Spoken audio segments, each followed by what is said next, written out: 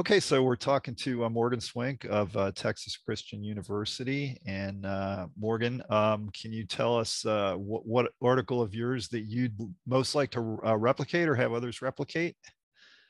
Sure, I've got the title here because it's kind of complicated. It's a recent publication just last year in JOM called Common Institutional Investors and Supplier Performance in Supply Chains. It's got a bunch of authors. About half of us are, actually, two of us are supply chain and the others are all accounting professors. So it's been an interesting journey learning to publish with those guys. And that's part of the reason actually why I think this would be a good one to replicate. Okay, so tell us why. Why would you want to replicate this one? Yeah, so I have a couple of different thoughts on that or reasons. This particular article I think would be good. First of all, it's without getting too much into the weeds with it, it is about social network theory and how we're talking about institutional investors here. So big investment houses who own a stock in a buyer and a supplier pair, how they might influence the relationship, either serve to govern opportunism on either side or try to promote collaboration because they're trying to maximize the joint value of the pair as opposed to investors that only hold one company. And that's pretty interesting and novel from my perspective.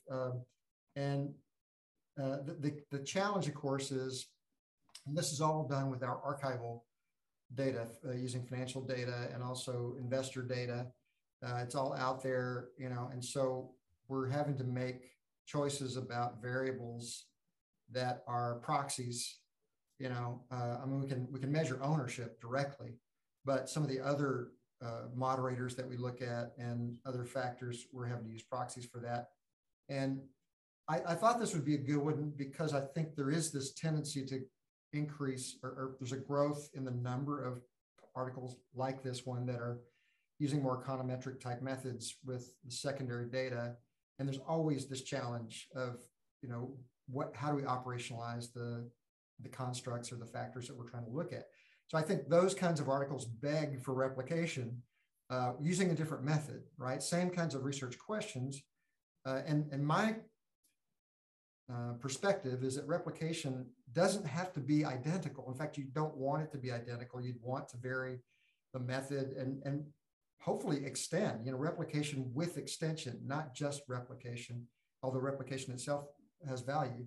So I think there's just tons of opportunity to, with a different method, probably some kind of primary data method, whether that's some kind of a survey or field study with 10 to 12 or 15 buyer-supplier pairs, or maybe working with institutional investors to try to capture the data in a more granular way, and perhaps in a more with higher fidelity in terms of some of the measures that we try to use. And we hypothesize a lot of different mechanisms. How do institutional investors actually influence buyers and suppliers' actions, relationship-specific investments, things like that. We can test a few of those, but again, they're kind of indirect proxy type tests. So if we had more direct data, it would be a much better way of testing the real hypotheses that are behind the paper there, that these investors are making a difference. The performance data seems to suggest it, and of course we tested for all kinds of endogeneity issues and all that, but I think it could really be fleshed out very nicely with a different kind of study.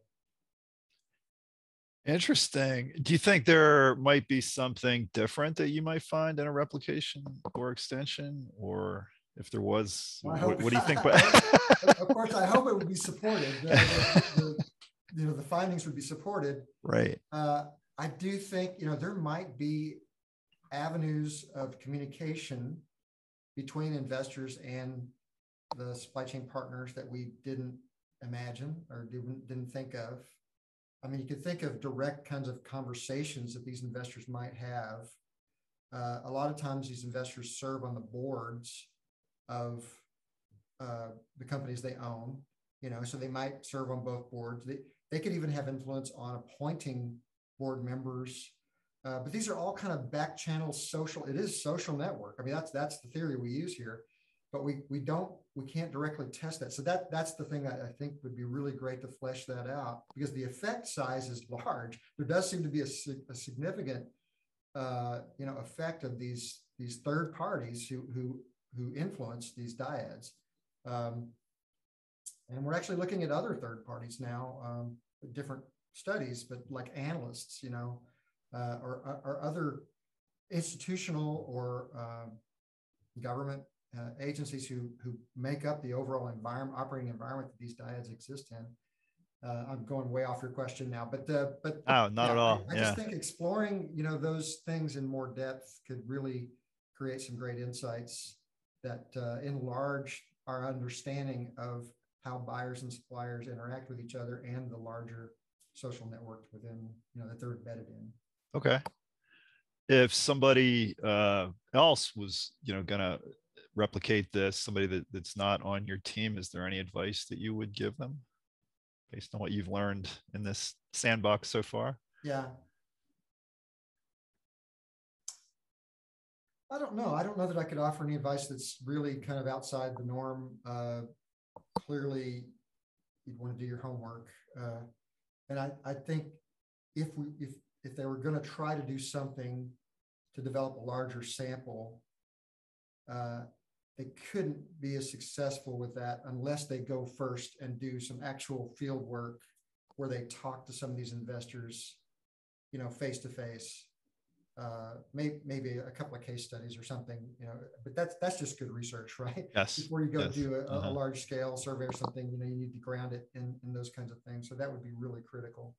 And it's going to take a lot of work to develop the data to test these kinds of things. These things are always a lot of work, right? Always a lot more than we think they're going to be. Important questions are always the hardest ones to answer. Absolutely. Absolutely. Okay. Well, thanks. Any last words or any last thoughts regarding replication or open science? Okay. Yeah. I appreciate the opportunity to share this with you. But I'm a big fan of replication. I think it's something that we should consider. Other fields are considering it, have launched large-scale studies to try to replicate, in areas like economics and psychology and social sciences, other social sciences. So I think it's something that's a natural progression for us, or for our field. We're ready to do that. And I do think, I would add, I feel like if we had a culture of replication, a larger culture of that, an expectation of that, then it would definitely influence the research process and the review process. And it might actually kind of remove some of the pressure that's on the process now to make every paper as perfect as we can. No paper is perfect, of course, but I do feel like there's this pressure to eliminate without, remove all doubt that there's any question these results are valid.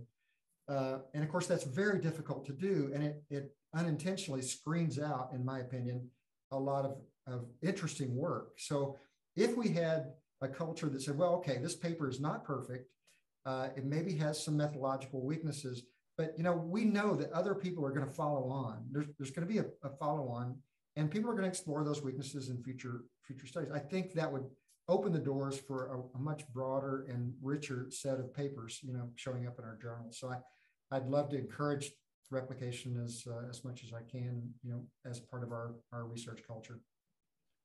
Great. Well, thank you. Thanks. It's a pleasure.